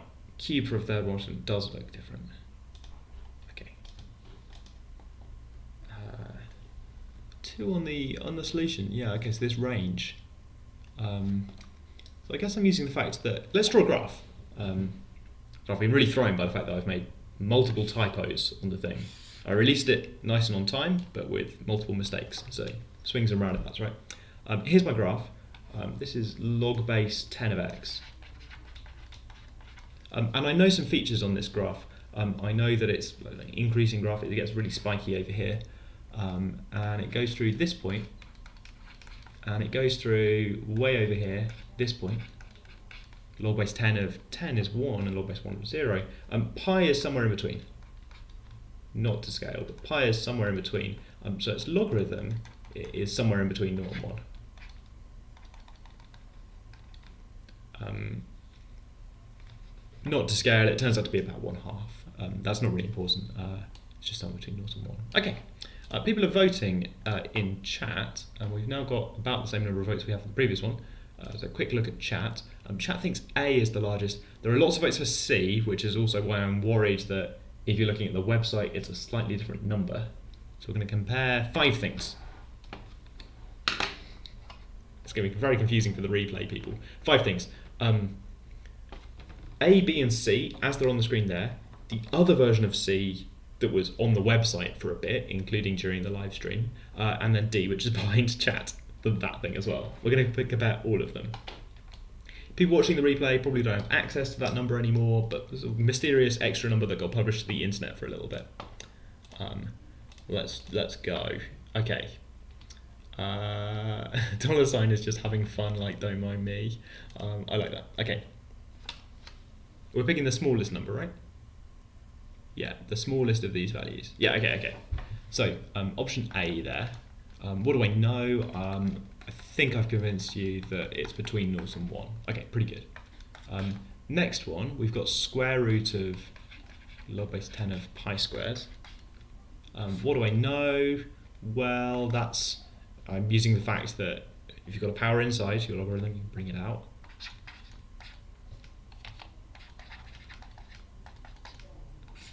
Okay, and actually root 2x is also another increasing function. So this number inside, I know it's between 0 and 1. So I know that this is between, if I put 0 into root 2x, I would get 0. And if I put 1 into root 2x, I would get root 2. Actually, because root 2x is also an increasing function, it all follows through that if you put small thing in, you get a small number. If you put big thing in, you get a big number. You put something in between in, you get something in between. So it's between 0 and root 2. It's looking pretty nice. C, we've got log base 10 of pi to the minus 3, which I suppose, if this is between 1 and 0, then when you do it to the power of minus 3, this is going to be bigger than 1, because that log base 10 of pi is less than 1. Okay. We've got a few things going on here. These first two feel quite small numbers. This one feels really large. Yeah, and people in chat, we are writing all of them in terms of we're writing all of them in terms of log base 10 of pi. C star was 1 over log base 10 of pi. It's the minus 1 multiplied by 3, which I think is bigger than 3. Because log base 10 of pi is less than 1. So the thing that was on the internet is even larger, I think. Maybe this one's about 8 and this one's about 6, but okay. And then option D over there looks like, right, what is that? That is log base 10 of root pi. So the root means power of 1/2, so this is 1 over 1/2 of log base 10 of pi. And that is equal to 2 divided by log base 10 of pi. Now, I think that's bigger than 2. Because, again, log base 10 of pi is less than 1. I think that's true. Help me out, chat. you're taking something, you're taking 2 divided by something, and the thing below is smaller than 1, so you're going to end up with something that's bigger than 2, right? Smallest and largest, yeah, it's like an inequality issue, but then also reading, and it maybe doesn't help that this set of questions has got several largest, smallest, largest, smallest. We wanted the greatest value of A, and then the smallest value of these, and then the largest power, largest number, smallest number. So it's quite a confusing sequence, I guess. Okay, I've got, most of these are actually quite large. I just need to compare these first 2. I think. Yeah, so it's like comparing this number, which I'm going to write x because I'm getting bored of writing log base 10 of pi, versus root 2x.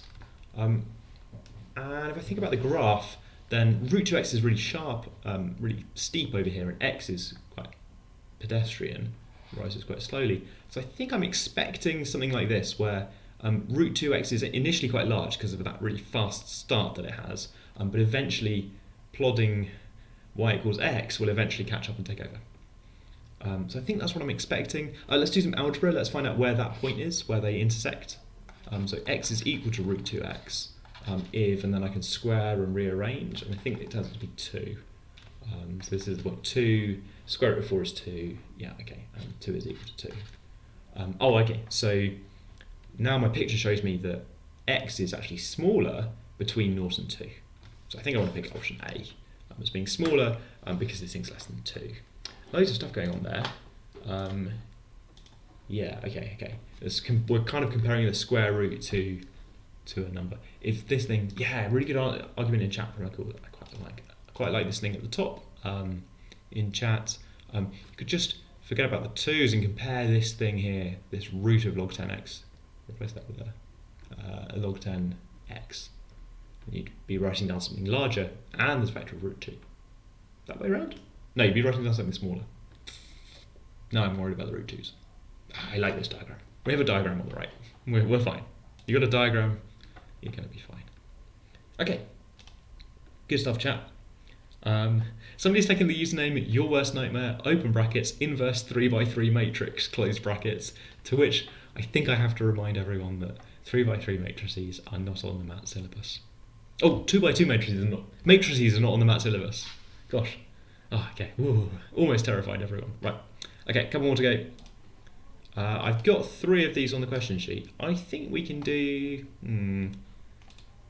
This one's almost nothing. Well, it's nothing to do with logarithms, is it? I can't remember why it's here. Oh, it's powers, isn't it? Let's do this question extremely fast. No poll, just tell me in chat how you would approach this question. Can I fit chat on screen? Not really. Okay, tell me in chat and I'll read out chat messages. For that top question, what's your strategy? We're looking for the highest power of x in, oh my goodness, quite a large polynomial.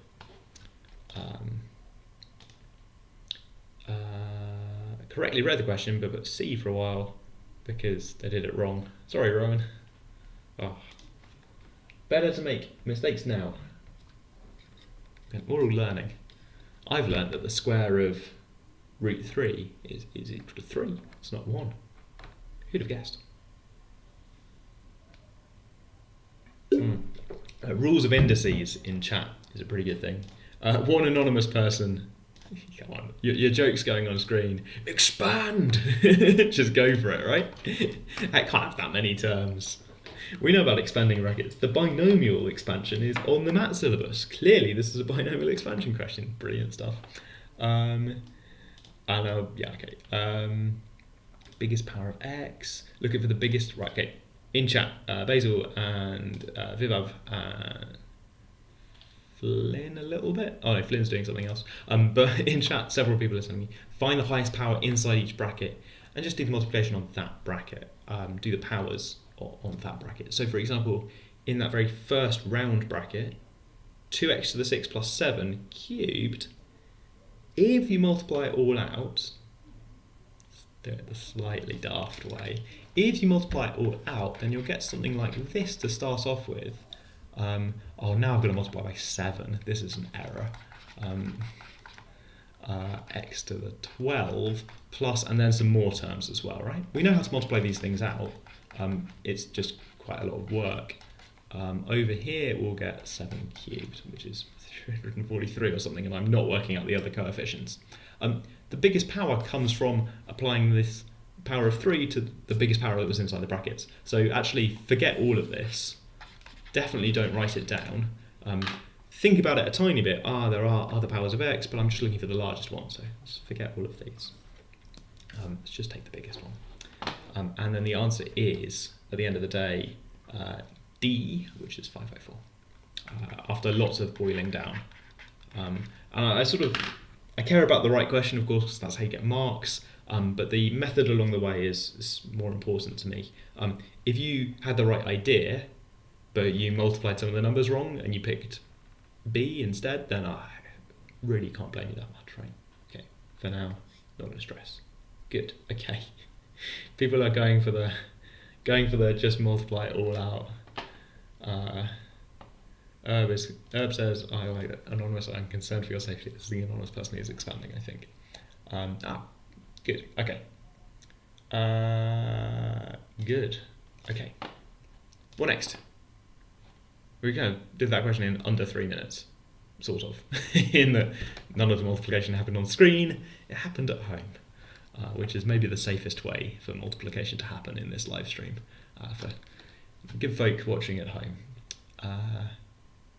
Why does Rowan say percentage question?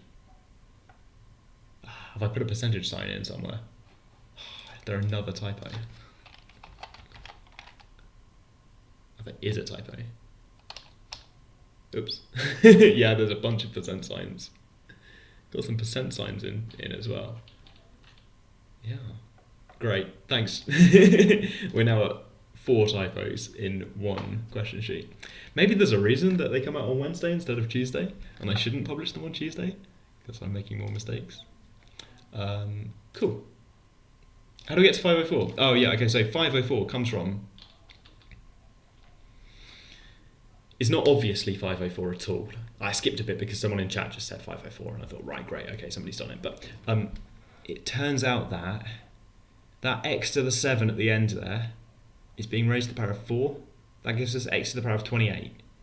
X to the power of 28 beats the x to the 25 that we get from the other round brackets. I suppose what's going on here is like a tournament bracket with all of these things kind of competing against each other. In the first round, you have things like x to the 7 to the power of 4 versus x to the 5 to the power of 5. And the winner of those, the kind of biggest power, goes on to fight the winner of this battle over here, x to the 8 to the 4. And whichever one of those is bigger, we'll compare those next, and take the winner and compare those against, I guess, themselves. There will be one winner at the end. And if you follow it through, then this is 18 and 32, so you put an x to 32 in this bit of the battle. I guess it also gets raised to a power outside, doesn't it? There's a 5 floating around as well. Okay, there's some action happening in between rounds of the tournament bracket. I'm very pleased with myself for spotting that that's called a elimination bracket rather than, and it involves brackets. Good, right, okay. 25 and 28, so the 28 goes through to the next round and is rewarded with a big power of 6. So final battle up here is something like x to the 28 to the 6 versus x to the 32 wins that round to the 5. That's 160, that's 168, so this one wins, and this goes through to the final power on the outside there, which is power of 3. And it was just now, it was 168. 168 times 3 is 504 or something like that. So not obvious at all. There's this bracket competition going on for biggest power of x. Okay. Scrolling down to the question that briefly had a percent sign in on the website. In a series of unfortunate typos, we're asked for the biggest number, and this one's quite fun. Let's do a poll. So I need to reset the poll. I need to hide the results and then turn on the poll. There we go. We can have a poll. Oh, and it can be on screen as well. Oh no, it can't. It hides the last one. That's a shame. Okay. So there's one that you can calculate. The one you can calculate involves kind of matching powers. I don't want to say too much in case anybody's trying the questions live. If you're trying the questions live, let me know in chat. We've got about 20 minutes. We've got a couple of questions to do. Seems like it would be fun to do those together live. If you've just done them in advance, then hey, sorry about the % sign. If you've done them in advance, then hey, you can also play along. There's a poll for you to vote for your answers, to check your answers. Well, they're welcome to talk about your strategy for solving this. I quite like these comparison questions because you need a bit of the sequence that you look at them is up to you. You're going to compare terms. And some pairs are harder to compare than others. Reconnection successful. Okay, I think I just left the internet for a little bit there. Are the latest MAT tests harder than these questions, says somebody in chat? And I don't know, I think part of that is that we're looking at multiple choice questions. And part of that is that I think 2008 was quite a nice year for MAT questions. Also, I want to start by doing ones that I want to do. Yep. Okay. How are we doing? Well, people are voting in chat. Currently, 74% of people have voted for the correct answer. They've picked the largest of these logarithms. I hope nobody's picked the smallest of these logarithms. I can't actually remember which one is the smallest off the top of my head. But this is a question where we're looking for the largest one. So if your progress so far has been to identify the smallest, then sorry, we're looking for largest right now. Okay. People are saying C is definitely smaller than A. That's an interesting question. Log base 3 of 2. Oh, and log base 2 of 3. Okay. Those things multiply to 1. Thanks. Was it Ben in chat who suggested that as a rule? One of them's bigger than 1 and one of them's less than 1. So maybe this is a test for identifying that. What number do you raise 2 to get 3? I've no idea, but it's more than 1 because raising 2 to the power of 1 only gets you as far as 2. So this one's bigger than 1, and this one is less than 1. So people in chat have said not. Yeah. Yeah. Okay. Not C because C losing this battle against A. Maybe the theme here is comparison questions. Are these all comparison questions? No. Well, not really. No, okay, that's a silly thing to say. Okay, we've got some other things going on as well. We've got this log base 4 of 8, which is, to be honest, the first one I looked at. I suppose I read them left to right, but then the log base 4 of 8 feels like the sort of thing that I can calculate. Because that's asking me the question, 4 to the power of what is equal to 8? That's what the question would be. The answer is log base 4 of 8, but hang on, don't I know the answer to this question? Because this is 2s, this is all about 2s, isn't it? This is 2 to the 2x, because 4 is 2 squared, and you can do that with powers. A to the mn is, yeah, okay. 2 to the 3 on the right hand side, yeah. So it looks a bit like x might be 3 over 2, which is quite big.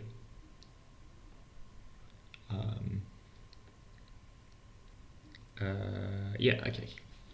So I think log base 4 of 8 is equal to 3 over 2, which is bigger than 1. So I guess it's still in the fight against A. Okay. I haven't thought about D yet, and I've realised that I'm reading the wrong question, but it's going to be okay. So the way I would do these comparisons now is, I think, rather than comparing logarithms with logarithms, I would compare logarithms with 3 over 2. Because it can be really awful having 2 logarithms around, especially with different bases. If they're the same base, I guess it's fine. If you've got different logarithms with different bases, then it can be really hard manipulating those. Logarithm versus fraction is a battle that I can do that. I want to show you that calculation. So, for example, I might ask a question like, is log base 5 of 10 bigger than 3 over 2?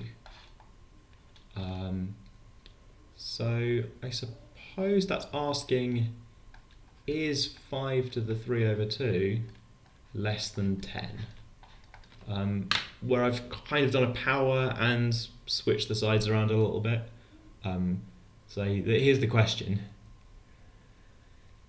is 5 to that 3 over 2 less than 10? If it is, then log base 5 of 10 would be less than 3 over, bigger than 3 over 2, because 10 would be a relatively large number in that world. This is actually not the case, because this thing on the left is the square root of 125. 5 cubed, then to the power of 1/2, a to the mn. And the thing on the right is the square root of 100, which is smaller. So I'm not up for this. I think this is less than 3 over 2. And then I think a similar argument will show you that first one is compared to root 2 as well. And people in chat have also compared, 5 to the 3 over 2, writing that as 5 root 5. That's acceptable. And then divide by 5 and you get root 5 versus 2. You can work out which is bigger, root 5 or 2. Convert all the options into the format ln A over ln B. That's very exciting. Let's put that on the screen. Oh, no, I can't because there's a poll going. Let's have a look at the poll. You ready, chat? So A's up to 79%. It's doing quite well. B's got some votes as well. So maybe I do need to compare this A and B thing for the comparison in chat.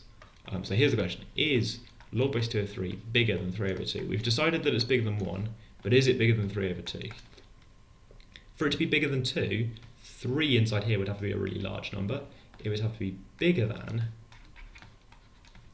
2 to the power of 3 over 2.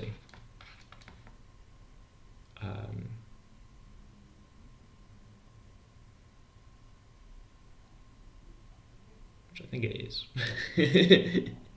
Now I've confused myself. Oh no. What have I done? I've convinced myself that A is big. Oh, right. Which is what people are saying in chat. People have all voted for A. The confusion was that I thought I'd confused myself. Maybe I said, did I say the wrong answer on stream about 2 minutes ago?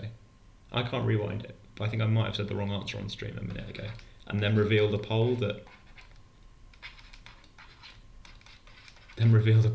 disagreed with me and acted as if it agreed with me. Is that what just happened? Is this like a mini proof by contradiction, says someone in chat? And I guess so. I kind of see it as an investigation. I would write out something like this, and then 2 things might happen at the end. It might turn out that I get something true, in which case, great, reverse the logic, I guess, and it's a proof. Or it might turn out that it's the wrong way round. So over here I've got is 125 less than 100? No. In which case I might write it out again. Under chat. Over on there on the right hand side I've got something that's not true, so I might write it again with the inequalities the other way around. I see that as a kind of exploration thing that I'm exploring to find out, is this thing true or not? Following through with consistent statements. I'm willing to maybe have to reverse everything. I've seen people have this kind of notation, which you could use if you want to, which is to write down that log base 2 of 3 greater than less than 3 over 2. And then to follow down, so their working looks like this. 2 to the power of both sides, square both sides, 2 to the 3 is 8, and then identify, 9 is bigger than 8, so I should go back and cross out all the less than signs to make sure it's consistent all the way through. It's very dangerous if you start flipping the sides around in this world.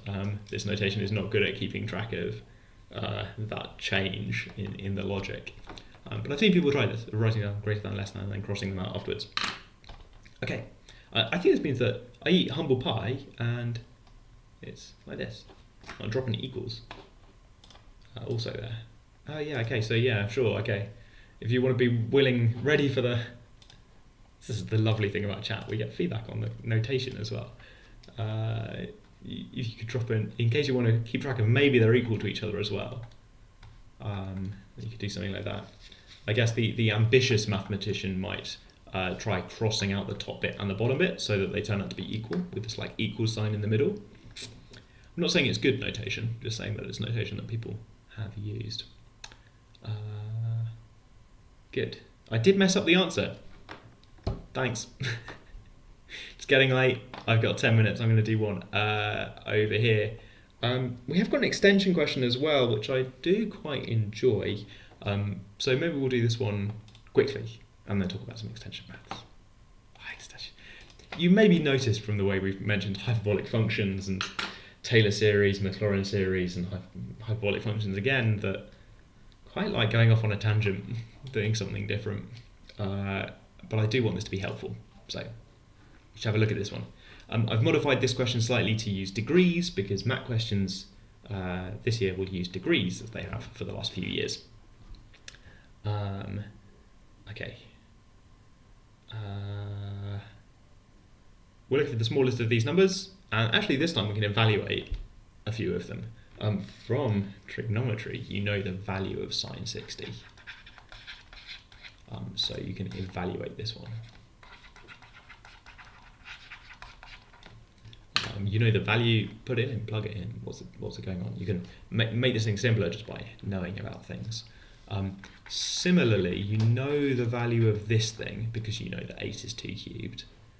So you know this is 15. Now I know that's wrapped inside another logarithm, but it's probably good to simplify the stuff inside. And that 9 squared with a log 3 outside, I see that. That's not that bad at all, right? I'm just checking because, yeah, gosh. It's equal to log base 3 of 81, which is 4. So we've got these kind of comparisons going on. This makes me want to compare, 15 and log base 2 of 15. I've got opinions about that. 15 is quite close to 16, and I know 16 is the power of 2, so I want to do a comparison, I think.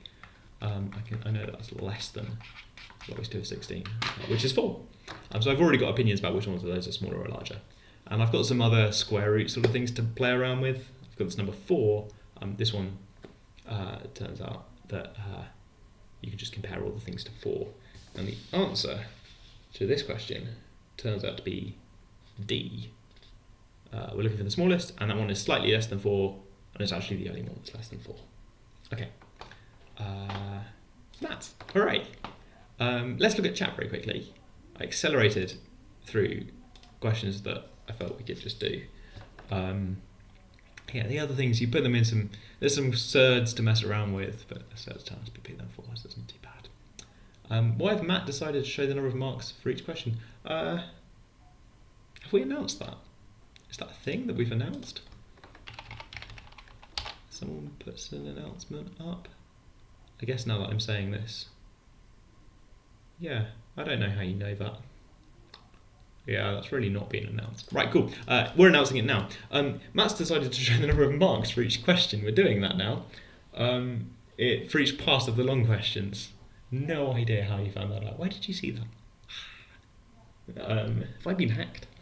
For very minor knowledge about Matt. Matt's decided to put the number of marks for each part of the question. We just thought it'd be helpful for you to know. Lots of people request it. We actually do it a little bit for some exams. I've always been saying we don't do it for our exams here. We do it a bit for some of our exams to split down how many marks things are worth. And we're worried a little bit that people aren't trying the last parts of questions when maybe they could. Now, if you're watching MAT Livestream stuff, you're probably a very sort of prepared and organised person who's willing to try last parts of questions and have a look at other stuff over there. But we thought that maybe by labelling it, it might encourage people to skip down and try the last part of a question, just have a go at those parts as well. In a way to remind people that they're worth marks later on. Good. You did get me guilt tripped. Did I announce it a couple of weeks ago? There you go. You got it leaked from me that I'm the mould. Am I at Unique? Yeah, not currently, but Unique summer schools are happening over the next 3 weeks. I'm doing some of the lectures. It's going to be good fun. Long questions are weighted differently to multiple choice questions. So the long questions are marked out of 15 instead of out of 4, which means that you get some marks over there. I'm going to put the extension on the screen. It's a kind of cute problem. There we go. Extension on the screen. I don't really care about this. Comparing, this is the general version, right? With for one of those questions, but with alphas instead of x's. There's this really cute question which is larger, 8 to the 9, or 8 factorial to the 9, or 9 factorial to the 8. It's just lovely. Is there a Pat live stream? I think they've done some live broadcasts. We link to something on the MAT livestream page. Yes, it's called Preparing for the Pat course. I'm putting it on screen now. I've done the thing where it's not actually on the screen. Preparing for the Pat course. Looks like this. It's got registration buttons and things. How did I find this? There's a link on the Pat Live website. So if you scroll down, there's a bit that says looking for a Pat live stream ? But I guess you have to scroll down quite a bit. Cool. Okay. I told you. People in chat saying I told you. I should probably update the MAT website so that everybody knows. You don't have to watch 2-hour videos to get information like that. I should update the MAT website. I should fix all the typos as well. Such is life. Are summer schools still open for Oxford Maths? No, not for this year. We ran some windows for earlier on in the year to find people to come on summer schools.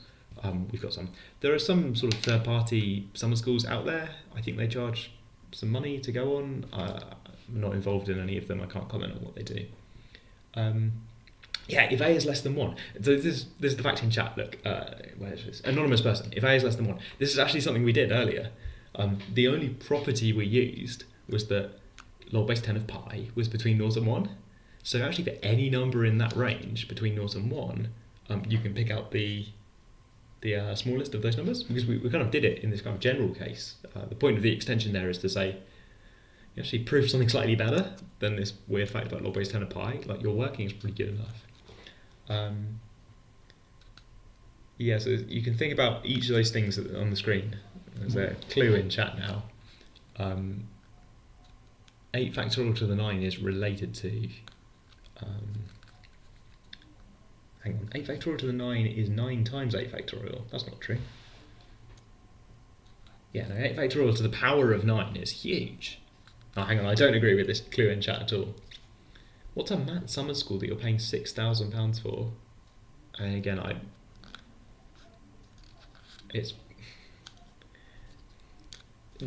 have some complicated emotions, right? I'm doing a MAT live stream, which is free. If you have £6,000 and you want to spend it on a MAT summer school where you get MAT help and advice, then maybe the teachers are better than me. So that's one of my complicated feelings, is like, maybe the teachers are actual trained teachers. Maybe that's a lot of money. Goodness me. Between A and B, I think A and B, the switch over between A and B, I think that happens at 2 rather than 0.5. Quick maths.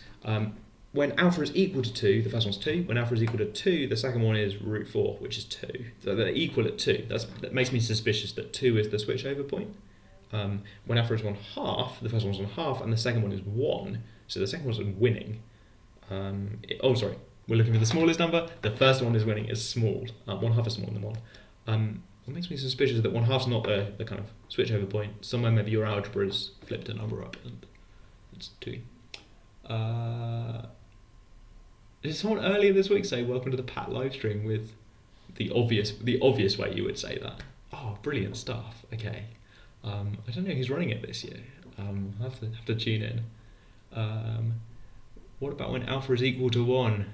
Yeah, when alpha is equal to 1, not so sure. Because the first one is 1, the third one is also 1. So I guess you can't really say that either of those is the smallest. So if alpha is equal to 1, then it's confusing. Factorial question makes me think of Lagrange's theorem. Oh my goodness. Maybe this is a hint, but it doesn't make me think of Lagrange's theorem. Maybe that's partly a hint that I think it's a Lagrange's theorem question. Who knows? Right, okay. Clue. I think someone in chat said that 8 factorial to the power of 9 was just 9 factorial. That's not quite right. 8 factorial to the 9 means 8 factorial written out 9 times, which is quite a lot. It's 72 things multiplied together. Crikey, because 8 factorial is 8 things. 8 factorial to the 9 will be 72 things written out. 9 factorial to the 8 is also 72 things multiplied together.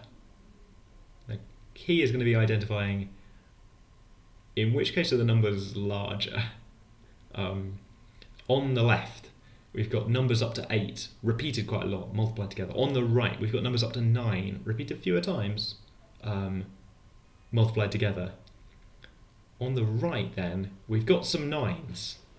On the left, we've got an extra 1 to 8 in our numbers. The thing on the right doesn't have that because it only repeats the sequence 8 times. The thing on the left has got an extra 1 to 8, but the thing on the right has got 8 9s. And the 8 9s are much larger. You can write that out with maths if you like. It's like comparing both to 8 factorial to the power of 8. Yeah, so dividing. Yeah. Do your division. I've probably some powers in there. Good, right, okay. You can take 8 factorial to the 8, yeah. So pulling out factors of 8 factorial to the 8. There we go, and now just put something similar in chat as well. Rowan's off. What sort of individual research do high school students do? Not very much in maths. Maths research is really hard. And that's putting it lightly. Really hard for everyone. Goodness me. Some people look into problems that they're interested in or look into maths topics that they're interested in. We've thrown around some big words like hyperbolic functions and Taylor series today, which I partly do because I can't resist it, but I partly do because there's a chance that someone out there will hear hyperbolic function and go, oh, what? I'm going to type that in Google search or something, and they'll find out about hyperbolic functions. So the chance that just by being exposed to random wild bits of mathematics turning up, that you might find out something that you like. But you might need to take a little bit of independent step, which we could call research, for you to go and learn what that is. It's quite good fun actually, not saying too much about hyperbolic functions, knowing that there's maybe somebody out there who will get annoyed by that and be so annoyed that they go and look up hyperbolic functions and do some independent study to learn about hyperbolic functions. It takes some of the pressure off me to explain hyperbolic functions, and it means you get to practice the skill. It looks exactly like me being bad at this, but no, it's actually really considered and thought out. Anonymous friend is nice, isn't it? Oh, goodness me. Machine learning research. Cool, yeah, machine learning, very exciting. Should you use maths outside of school in the MAT or in interviews? Oh, you can if you like, but you don't have to. We've carefully written MAT questions so that you can do them using maths from school. Did exactly what you described, as in you were cross or frustrated, and then you went, they're going to look them up. Okay, good. I'm just going to keep saying hyperbolic functions. Here's a question to which the answer is hyperbolic functions. You've got a piece of string, and you hold it so that it's hanging down in some sort of shape, between holding it at 2 points, and there's a shape in between for the hanging string. What shape is it? Hyperbolic functions. That's the kind of elevator pitch for learning about those. Nav wants to come to Oxford, but there's no school trip for it. We're doing an open day on the 15th of September. So if you can get the 15th of September off school, you could visit the Oxford Open Day, which is quite fun because everything's open. Catenary. I think that might be my worst nightmare. No, I love shape of hanging curves. Right, good. Okay, it's 7 o'clock, which means I'm going to go and get a train. So, thanks for watching. I hope you've enjoyed learning about logarithms or revising about logarithms or trying a few random short questions about logarithms. Next week we start back-to-back episodes on geometry and trigonometry. So we'll be back at 5 o'clock next Thursday to learn about those. I'll see you there. I've got some notes to go and fix some typos and to reply to Nav's comment about integration on some YouTube videos somewhere and to update some flashcards. So I've got loads of homework. You've got some logarithms. We'll see you next time in 166 hours. Take care. Bye.